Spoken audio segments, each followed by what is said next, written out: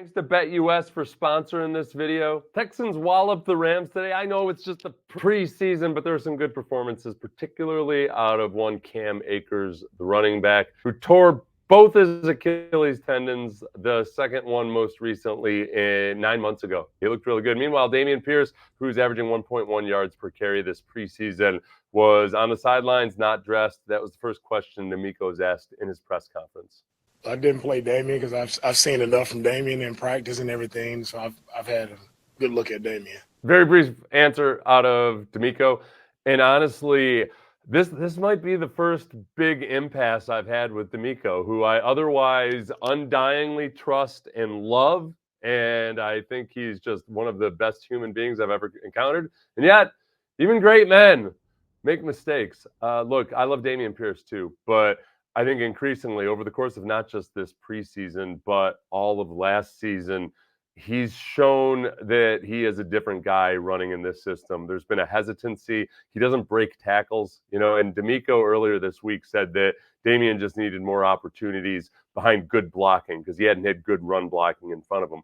While I agree that he hasn't had good run blocking, the old Dameon would have broken tackles. He would have broken at least one of those tackles. And not all of these other running backs like Cam Akers today didn't have good blocking all the time, but he made something from nothing, just like he did last week as well, cutting against the grain.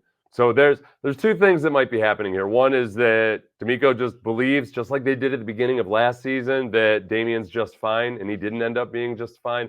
Or they're holding him out because perhaps there's interest from other teams. Maybe there's going to be a trade of some sort. I can 100% see that a team like the Rams, for instance, that are not really an outside zone running team more, they're more of a gap running scheme. That might be a better fit for Dameon. I also think he needs to get back up to his rookie playing weight. But these are all details we can worry about on Tuesday when we find out what this actual roster is. Next question. He was asked about Case Keenum leaving in the first quarter for Tim Boyle to come in, whether that was due to injury, and as he thought about what his options are moving forward at third-string quarterback. Yeah, we have a lot of discussions to make, so guys ask a lot about the roster and all those things. Those questions will be answered as the week goes on. As you sit here right now today, no decisions have been made on anyone, so we'll see how the roster shakes out. Man, he is not enjoying answering these questions. I think when it comes to quarterback, look, if you're going to keep a third quarterback on the roster or one on the practice squad, I think usually it's either got to be a veteran that you feel really good about, not just to be able to step in an emergency situation, but also as a good resource for the young receivers, for the second string quarterback.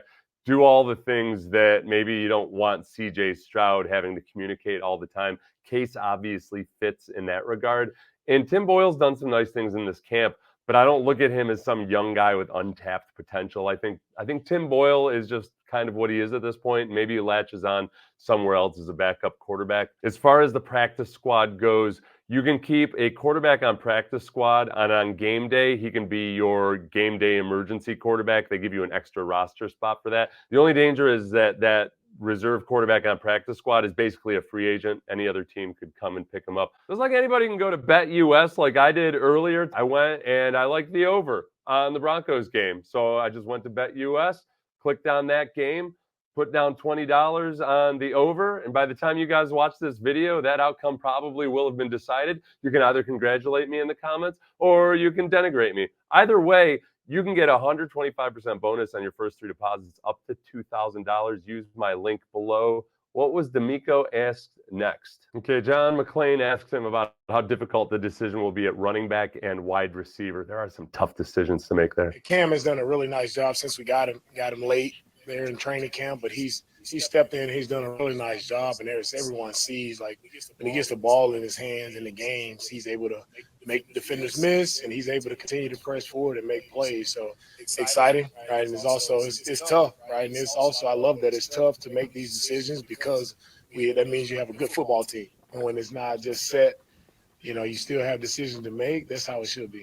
Nick Caserio told Pat McAfee earlier this week that maybe there's 5 or so positions that are really up for grabs right now.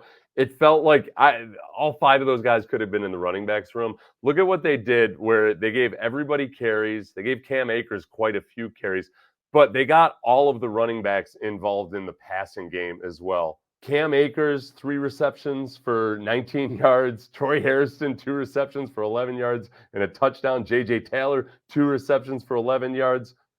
Jawar Jordan, 1 reception for 7 yards. And British Brooks, 1 reception for 6 yards. But British Brooks is flashing. I mean, he's showing an athleticism that I don't really recall seeing from his college days. And it's been fun to watch. And they also played him at fullback today. So Troy Harrison, he had 4 holding penalties. He had a couple bad blocks.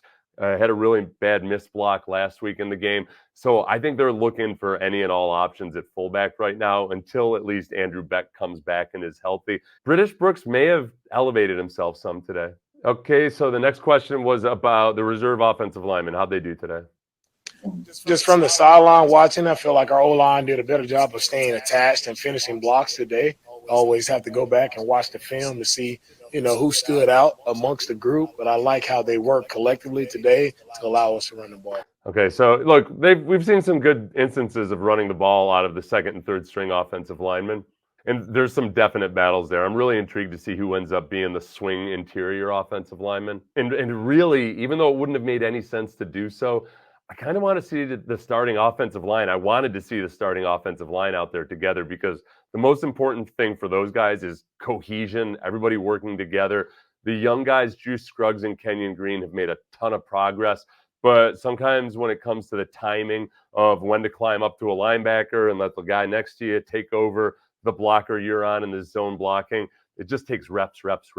It helps a lot having Laramie Tunsil in there. It helps a boatload having Joe Mixon back behind them. And I trust that even though I wasn't thrilled with it during the preseason, I did see progress. And I think actually having all 5 guys together, hopefully, injuries do happen, and then having Joe Mixon behind them, I'm not panicking about it, but it's the area probably on the team right now that I have my most doubts about. Can they run the football? I know they can pass block. I need to see him run block. Okay, question was about Marcus Harris, the draft pick, the rookie defensive tackle. Has he been a revelation or a pleasant surprise for him? Marcus has definitely grown throughout OTAs, throughout the preseason. He's grown. He's gotten better, and that's what preseason. That's what training camp is about. Young players like Marcus getting the opportunity to get reps, valuable reps, get in the game, and actually showcase that, hey, I have gotten better, I have improved, and he's continuing to ascend. So he had a really nice, productive day today. He was disruptive playing on their side of the line of scrimmage. So I'd like to see where Marcus is headed. Okay, I also am intrigued by Marcus Harris. He penetrates really quickly, gets across the line of scrimmage. I will confess, there's times where I get confused between him, who wears number 59, and McTelvin Agim, who wears number 58. Plus us defensive linemen, sometimes there's some folds and creases, so that 9 might get compressed a little bit and look like an 8. So they both made some good plays. Marcus Harris tends to be the guy that's deep in the backfield. McTelvin Agim tends to be the guy that's soaking up blocks the right way and staying in his gap. I think that's one of the more competitive spots right now is defensive tackle. It got dark all of a sudden for some reason. That's on them, not me. Trust me, bro. But the question was, how do you balance all these receivers with so much talent out there in terms of targets, etc.? That's a great question, John. I think for us, and how do you find balance? I think it'll be week by week, depending on who has the hot hand. If that defense that week dictates that we throw the ball more, then we'll rely on throwing the football because we feel like we have a good core group at their receivers and tight end to be able to throw the ball around. And when we need to run it, whenever it calls for that, feel like we have, Joe can do a great job of running the ball for us as well. So I think it's just weekly. It'll change depending on who we're facing and where we feel like our strengths are needed for that particular week. Look, DeMeco Ryans does not care about your fantasy squad. I'm sorry, everybody. I know the man is a saint in so many ways, except perhaps for when we differ on Damian Pierce's role in this offense. But it is a week-to-week thing, and it sounds cliche, but they don't care. They do not care who WR1 or WR2 is. They don't care like whether CJ hits the over on his touchdowns this year. They just don't care. It really is just a game plan week by week and in-game adjustment type of thing. And I think each one of those guys is going to eat at various points during the season. Okay, question was about Des King. He muffed that punt early in the game and then didn't go back out as a returner. So DeMeco's asked about his confidence in Des and his role moving forward potentially. Everything, nothing is said. Like I said earlier, nothing is said on punt return or who. Like, we have a lot of decisions to be made. We'll see where we end up. All right, thank you, guys. So as far as the kickoffs go, complete non-factor today. They just booted it into the end zone every time. I think part of that was, okay, it's a preseason. We don't need anybody else getting injured on this. And you wonder, like, yeah, but don't they need reps because this is brand new? There's word that now, because the average drive start in the preseason was out past the 30, like 32 or 33 yards, that a lot of teams are just saying, all right, well, look, if the average drive start is going to be at the 33, then we'll just boot it in the end zone, where the new touchback rule is that it starts out on the 30. So the NFL had a half success, which might end up being a complete failure, which is they came up with a format that does provide for more exciting returns, except they're almost a little too exciting to the point where teams are just flat out not going to bother with it. And we're just going to end up with no kickoffs to begin with, and it'll be a wasted play. So we'll see. It's annoying to me. It's not the end of the world. It's not something that I was incredibly invested in already. Punt still does matter, and returning and fielding punts does matter. There was speculation that Des King maybe had his eyes messed up by the one missing panel and God's shaft of sunlight that came down through there. I watched again, and by the Euclidean geometry that I used to figure out exactly where he was looking when the ball would have been, I don't think so. I think it was a backdrop of roof and not a backdrop of golden sunshine in his eyes at that point. But yeah, otherwise I've liked Des King as a returner. He just messed up in that one. And then obviously, I should have talked about this when he was talking about the receivers. I've gone from wondering whether Xavier Hutchinson or John Mechie would make the team. At first, I liked John Mechie, and then I felt like, okay, Xavier Hutchinson is taken over. I think they both make the team right now. I think the hard decisions are going to be between keeping Robert Woods, an older player, but who also might have value for a team that's kind of like the Texans. We're looking for a guy just like Robert Woods last year. There's teams with young quarterbacks out there who could really use a veteran receiver that's exactly where he needs to be all the time. Noah Brown, who's had his injury concerns.